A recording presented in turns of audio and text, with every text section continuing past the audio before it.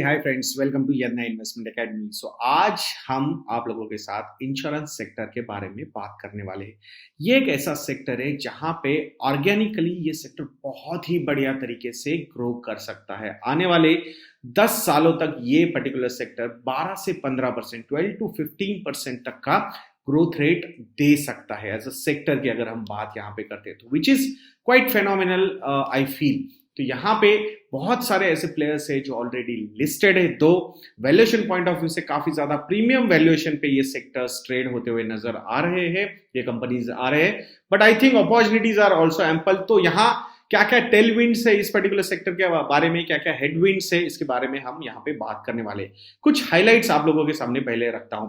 Insurance sector in India is mainly divided in two segments, एक है life insurance और दूसरा है non life insurance. But domination अगर किसी का है इस पर्टिकुलर इंडस्ट्री में वो लाइफ इंश्योरेंस सेक्टर सेगमेंट का है। 74.7% of this particular sector is dominated by life insurance players and 25.3% जो इसका मार्केट शेयर है वो नॉन लाइफ इंश्योरेंस कंपनीज के पास है। ग्रॉस प्रीमियम्स अगर हम देखेंगे कितने राइट हुए हैं लास्ट ईयर में, लास्ट फाइनेंशियल ईयर में FY20 में, so the amount is $88 billion. और लास्ट 20 इयर्स का अगर CAGR देखेंगे हम, so it is 16%। But the good point यहां ऐसा लगता है कि insurance industry in next one decade, that is next 10 years, the expectation of growth in this particular sector is 12 to 15%। CAGR terms में यहाँ पे मैं बात कर रहा हूँ। यहाँ कुछ अगर चीजें जब मैं यहाँ पे बताऊंगा आपको कि पब्लिक सेक्टर कंपनीज के पास कितना मार्केट शेयर है, प्राइवेट सेक्टर कंपनीज के पास कितना मार्केट शेयर है, कैसे ये प्राइवेट सेक्टर कंपनीज ने अपना मार्केट शेयर बढ़ाया है। सो ये 12 से 15% का जो CAGR ग्रोथ एक्सपेक्टेशन है, it is not only for any particular segment like private sector segment या पब्लिक सेक्टर, तो ये कंप्लीट सेक्टर के लिए है। तो यहां पे प्राइवेट सेक्टर अगर आने वाले समय में और ज्यादा अपना शेयर बढ़ाता है, मार्केट शेयर बढ़ाता है, so definitely the growth numbers could be on higher side, and that is the main reason why these private players are trading at higher valuations। Companies like HDFC life insurance की अगर हम बात करते हैं, या फिर ICICI प्रूडेंशियल लाइफ इंश्योरेंस की हम बात करते हैं, या फिर ICICI लोम्बार्ड की हम बात करते हैं, तो यहां ये स्टॉक्स काफी प्रीमियम वैल्यूएशन पे ट्रेड कर रहे हैं। तो उसके पीछे के कुछ ये रीजंस है। सो टेलविंड्स देखते हैं, मतलब क्या क्या पॉजिटिव्स है इस पर्टिकुलर सेक्टर के बारे में। तो वो है, first one is India is 10th largest insurance market world wide ये 10th लार्जेस्ट है। एंड अगर एशिया में हम बात करते हैं तो it is 5th largest market. But the opportunities are big, the under penetration is also very high. So 4% of, less than 4% of GDP की अगर हम बात करते हैं तो इतना पेनिट्रेशन इंश्योरेंस सेक्टर में इंडिया का है। अगर डेवलप्ड वर्ल्ड की हम बात करते हैं तो this particular number is 8%, 9% kind of numbers है। तो यहां पे धीरे नेचुरली भी ये नंबर जैसे जैसे हम डेवलपिंग या फिर इमर्जिंग इकोनॉमी से एक डेवलप्ड इकोनॉमी बनेंगे आने वाले समय में, जैसे कि बातें होती है, आई थिंक गोल्डमैन सैक्स की वो रिपोर्ट भी है कि by 2050 India will be in top 3 economies of the world. तो उसके हिसाब से definitely we will not be an emerging economy, that time we will be a developed kind of economy. So definitely ये बहुत ही बढ़िया अपॉर्चुनिटी इस particular sector के लिए प्रेजेंट होती हुई नजर आ रही है। सो पेनिट्रेशन भी बढ़ेगा, GDP भी बढ़ेगा, तो ऑटोमेटिकली बिजनेस भी अच्छा खासा यहां से बढ़ सकता है।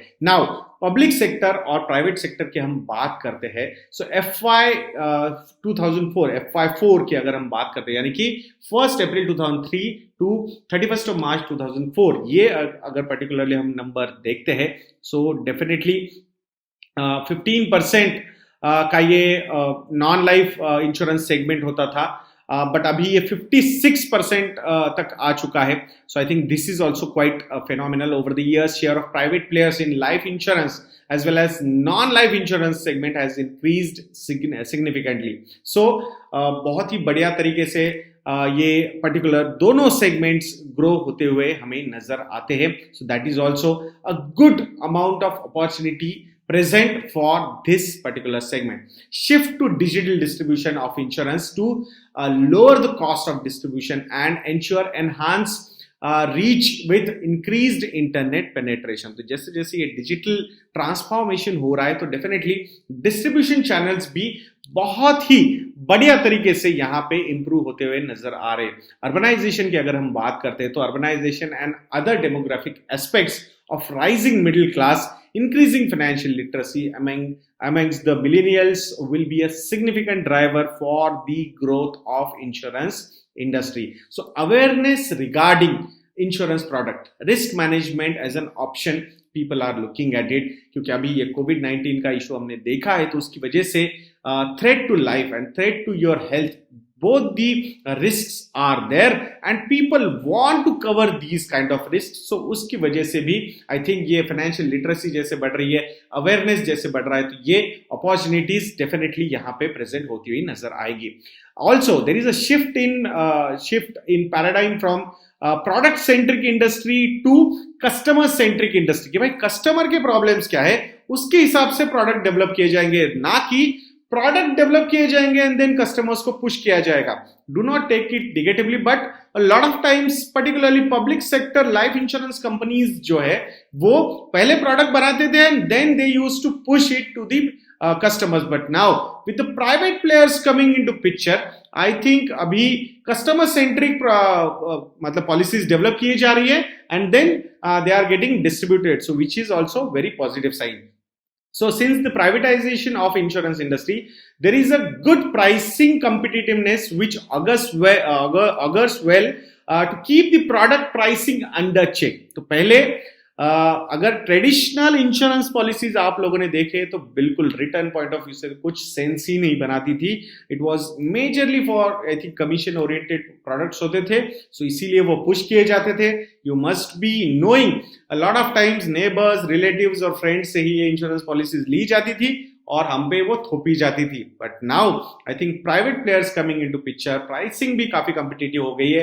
IRDA ने भी बहुत सारे रेगुलेशंस, रूल्स एंड रेगुलेशंस यहाँ पे इंप्लीमेंट किए. So because of that also lot of things are getting quite well I think governed या फिर regulated, which is very good for the customer point of view, from the policy holder point of view. Also IRDAI has recently allowed life insurance companies that have completed 10 years of operations, मतलब 10 साल का operation का history है उनके पास, and have embedded value twice as that of paid up equity capital to go public. तो यहाँ पे जो ये एलिजिबल प्लेयर्स हो जाएंगे वो लोग मार्केट में आके लिस्ट हो सकते हैं मतलब और ज्यादा इक्विटी कैपिटल वो रेज कर सकते हैं, उस कैपिटल को रेज करके और ज्यादा एक्सपेंशन कर सकते हैं. And that's through that way I think the under penetration जो हमने देखा है compared to the developed world, I think वो अंडर पेनेट्रेशन यहाँ पे कम होगा and we will also have good amount of penetration level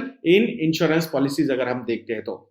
Now, there is a good amount of government support also playing a good role over here. So, various government policies like Pradhan Mantri Jan Arogya Yojana, etc. will augur very well for the insurance sector. तो वहां पे एक बार आपको ये introduction हो रहा है ये particular sector के बारे में, so automatically awareness बढ़ेगा, financial literacy बढ़ेगी, and people would like to enhance that particular cover.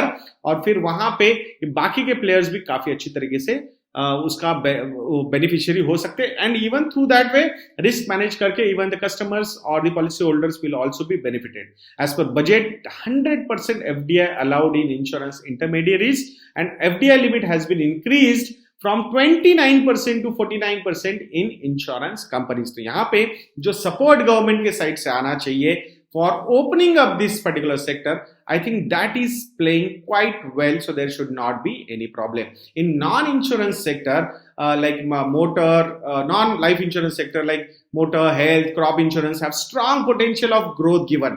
अब जब हम headwinds के बारे में बात करेंगे तो वहां पे there are मतलब थोड़ा सा negative है वो, but opportunities are also there because अभी भी under penetration in these particular sectors is quite high.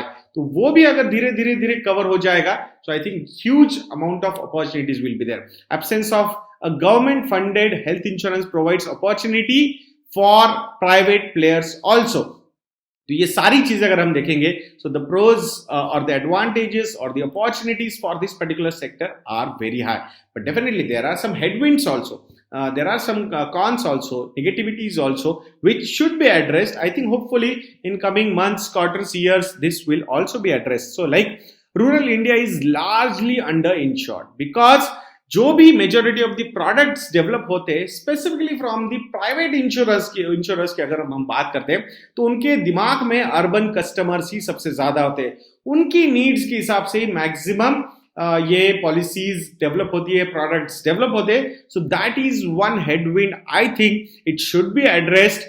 Opportunities अगर आती रहेंगी, ये जो अर्बनाइजेशन का एक ट्रेंड है, अगर ये रूरल इकोनॉमी पे भी जो जिस तरीके से फोकस अगर हो रहा है, ये फार्म बिल्स वगैरह जो लाए गए हैं, अगर जो ऑब्जेक्टिव्स के हिसाब से वो प्रेजेंट किए गए हैं और वो ऑब्जेक्टिव्स अगर हो पाते हैं, मतलब double the income of farmers and all those things अगर होती है, तो रूरल इकोनॉमी में अगर अच्छा पैसा क्रिएट होना शुरू होता है, सो आई थिंक फिर ये इंश्योरेंस सेक्टर को वहां पे भी एक बहुत ही बढ़िया अपॉर्चुनिटी प्रेजेंट होती हुई मुझे नजर आती है.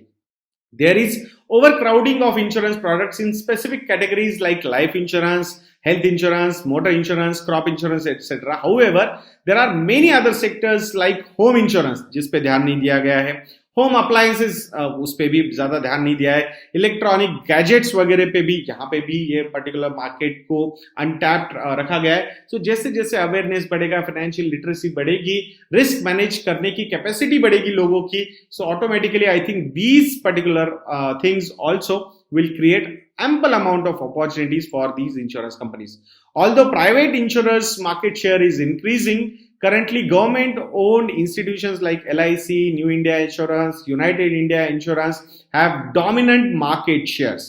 तो यहाँ पे इनका जो thought process है थोड़ा सा traditional thought process है, but I think धीरे धीरे this is an opportunity also for the private players to come, to have a good amount of R&D also, to launch the products, the requirements, to create that awareness also. So वो चीजें hopefully होनी चाहिए, but अभी तो ये headwind ही हम बोल सकते हैं. In India, although newer channels of distributions are emerging like digital channels, यहाँ पे हो रहे जैसे कि awareness बढ़ रहा है, but स्टिल जो मैक्सिमम सेल होता है पॉलिसीज का वो ट्रेडिशनल चैनल से ही होता है. तो वहां पे अभी भी insurance is not a pull product, मतलब आप खुद जाके नहीं लेते हो, it's a push product. Specifically अगर लाइफ इंश्योरेंस के बारे में हम बात करते हैं, दो अवेयरनेस इंक्रीज हो रहा है, but still it is a push product. या फिर ट्रेडिशनल इंश्योरेंस पॉलिसीज जो है वो भी बहुत ज्यादा पुश प्रोडक्ट यहाँ पे नजर आते हैं. So that is also bad thing. Then there is another problem, headwind अगर हम बोलते हैं, the insurance should be used as a protection against the risk of unforeseen circumstances. But यहाँ पे लोग इंश्योरेंस को इन्वेस्टमेंट बोल के देखते हैं, and that I feel ये बहुत ही गलत तरीके से चीजें होती है, क्योंकि इंश्योरेंस और इन्वेस्टमेंट ये दोनों चीजों को अगर आप मिक्स करोगे, सो ना आपका इंश्योरेंस का ऑब्जेक्टिव कंप्लीट होगा, that is the risk management, ना आपका इन्वेस्टमेंट का ऑब्जेक्टिव कंप्लीट होगा, दैट इज द रिटर्न्स जो आपको मिलने चाहिए. तो ये दोनों ऑब्जेक्टिव आप कंप्लीट नहीं कर पाओगे, ना आपको सेटिस्फैक्टरी रिटर्न्स आएंगे, ना आपका प्रॉपरली रिस्क कवर होगा. तो ये चीजें अवॉइड करनी चाहिए. But unfortunately maximum amount of premium return, listen to it carefully, maximum amount of premium return in India, it goes towards these kind of policies only.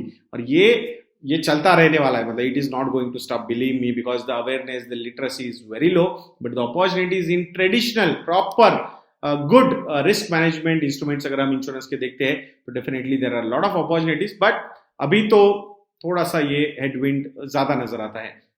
Now, there is another headwind which is changes in tax regime.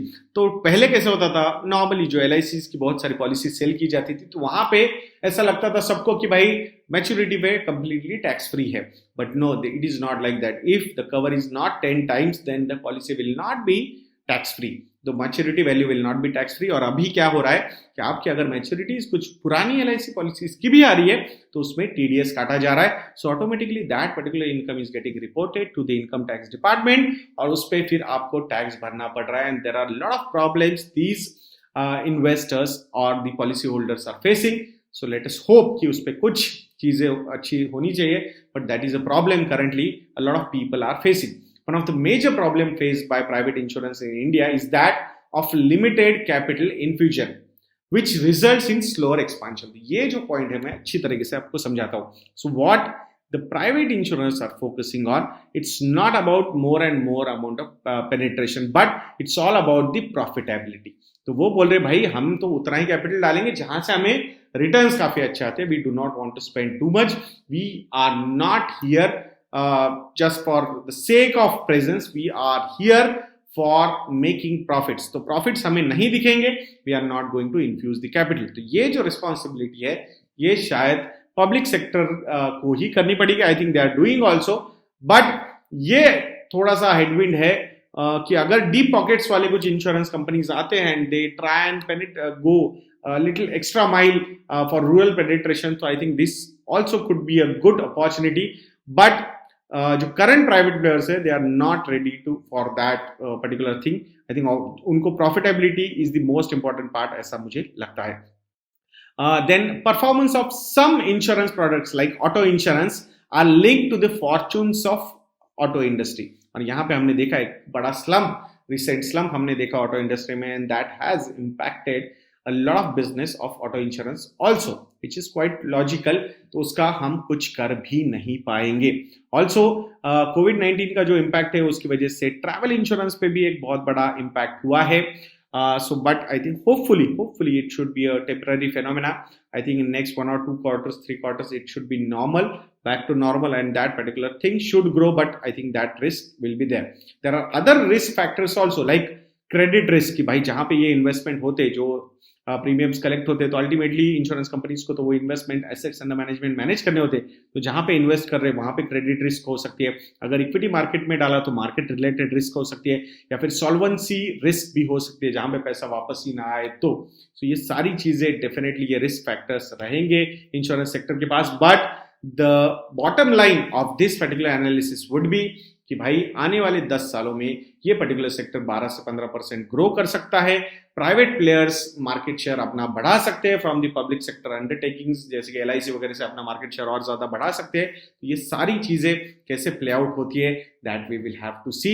But opportunities are ample. जैसे हमने देखा है non life insurance segment में 15% का market share था private players का, वो अभी 56% हो गया है इन लास्ट 16 ईयर्स. वहीं पे लाइफ इंश्योरेंस सेक्टर जहां पे मार्केट शेयर 2% था प्राइवेट प्लेयर्स का, वो अभी 31% हो चुका है. So we will not be surprise कि in coming decade the picture will be completely opposite, like 70% private players and 35% public sector players. So let us see क्या क्या होता है. But it will be an interesting journey to C.